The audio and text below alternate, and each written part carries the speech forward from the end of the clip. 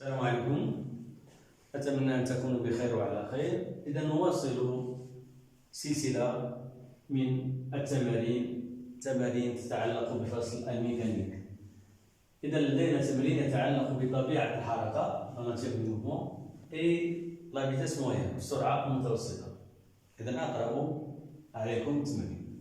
On considère l'enregistrement suivant qui représente les positions d'un point N d'une petite balle en mouvement de chute libre vers le bas. La durée entre deux positions successives et delta t est égale à 40 millisecondes. L'enregistrement est représenté à l'échelle N'. La question. Préciser la nature de mouvement de la balle. Justifier la réponse.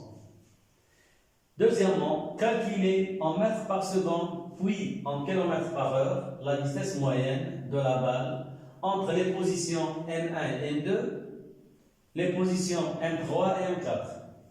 Quatrième question, troisième question, est-ce que les résultats sont conformes avec la réponse de la première question?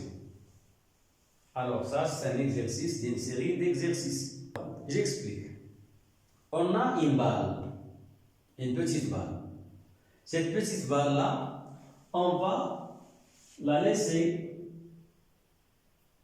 comme ça, dans un point M0, et on la laisse à l'attraction terrestre. Ça veut dire la chute libre, comme ça. Donc,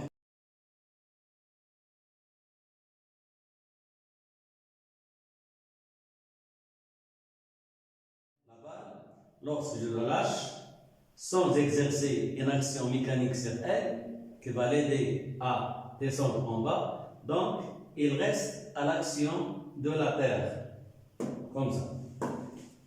Alors, qu'est-ce qu'on fait? Ensuite, on va photographier les positions occupées par la balle pendant un temps qui est delta t, qui est égal à 40 millisecondes. Alors, l'enregistrement qu'on a enregistré,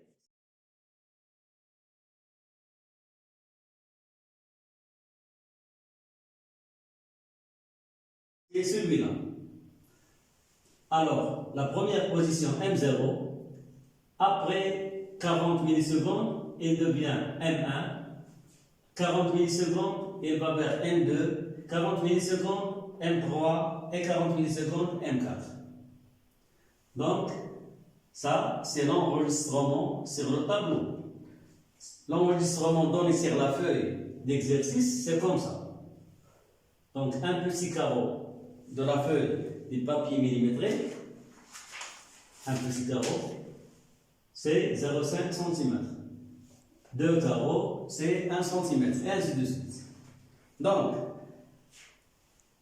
qu'est-ce qu'il y a dans les questions? Préciser la nature de mouvement de la balle. Justifier la réponse. Alors, lorsqu'on lâche la balle comme ça veut dire elle descend du point M0 vers le bas. Et à chaque 40 millisecondes, on a pris la position de la balle M1, de la balle avec un point N. M0, M1, M2, M3, M4. Alors, la première question, qu'est-ce qu'il dit? Préciser la nature du mouvement de la balle. Alors, on sait qu'il y a trois natures de mouvement. Mouvement uniforme, mouvement accéléré et mouvement retardé. Mouvement uniforme, si les distances parcourues pendant le même temps sont égales. Donc, c'est un mouvement uniforme. Mouvement accéléré, ça veut dire la distance augmente au cours du temps. Dans le même intervalle de temps, il y a augmentation de la distance. Et retardé, ça veut dire il y a diminution des distances avec le temps. Alors ici, on regarde que pendant 40 millisecondes entre M0 et M1, la distance elle est petite. Et entre M1 et M2, la distance a augmenté. Et entre M2 et M3, la distance augmente encore. Et jusqu'à de M3 à M4, et là, bien augmenter. Donc, pendant 40 millisecondes, la distance augmente au cours du temps. Donc, qu'est-ce qu'on va dire ici? Puisque les distances augmentent dans un même intervalle de temps, on dit que le mouvement est un mouvement accéléré. Donc, le mouvement, il est accéléré. Pourquoi? Parce que la balle parcourt des distances de plus en plus grandes pendant la durée égale. Pendant des durées égales. Alors, ça veut dire que la vitesse augmente. Ça veut dire que la vitesse augmente. Mais dans la première question, on n'a pas encore calculé la vitesse.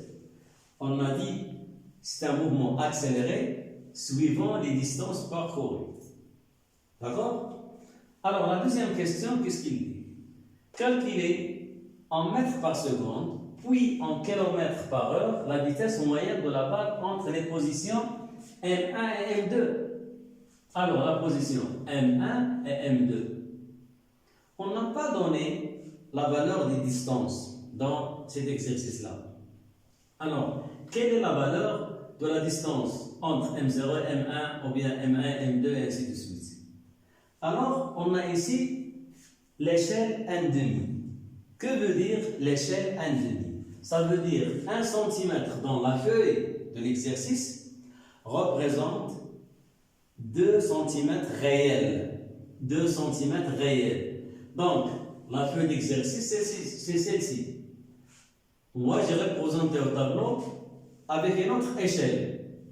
باش نبينوا هذوك لي ديستونس اللي ما باينينش بيناهم هنا واحد لا كونت ايشيل. دونك عندنا 1 سنتيمتر في الورقه كاين لنا 2 سنتيمتر في الواقع. اذا عندنا في الورقه ما بين ام 0 و ام 1 في الواقع كان 0.5 سنتيمتر. في الورقه 0.5 سنتيمتر.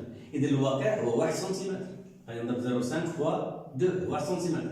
اذا دابا عندنا M1 M2 شحال هي لا ديستونس؟ Alors عندنا DM1 M2 est égal à 1 multiplié par 2 يعني 1 سنتيمتر. هنا عبرناه في الورقه هاد 1 سنتيمتر في الورقه اش كيمثل لنا في الواقع؟ كيمثل لنا 2 سنتيمتر. Donc la distance 2 cm c'est 0,02 mètres. Ça veut dire 2 multiplié par 10 puissance moins 2 mètres. Alors pour calculer la vitesse entre le point M1 et M2, on applique la formule V est égal à D sur delta T. Alors, D est égal à 2 fois 10 puissance moins 2 mètres. Et delta T est égal à 4 fois 10 puissance moins 2 secondes. Alors pourquoi on a ici 40 millisecondes est égal à 0,04 secondes. 0,04 secondes est égal à 4 fois 10 puissance moins 2 secondes. Donc, on a remplacé delta T par 4 fois 10 puissance moins 2 secondes. Alors, en simplifiant 10 puissance moins 2 avec 10 puissance moins 2, il va rester 2 sur 4. 2 sur 4, c'est 1 sur 2, est égal à 0,5 mètres par seconde. 0,5 mètres par seconde.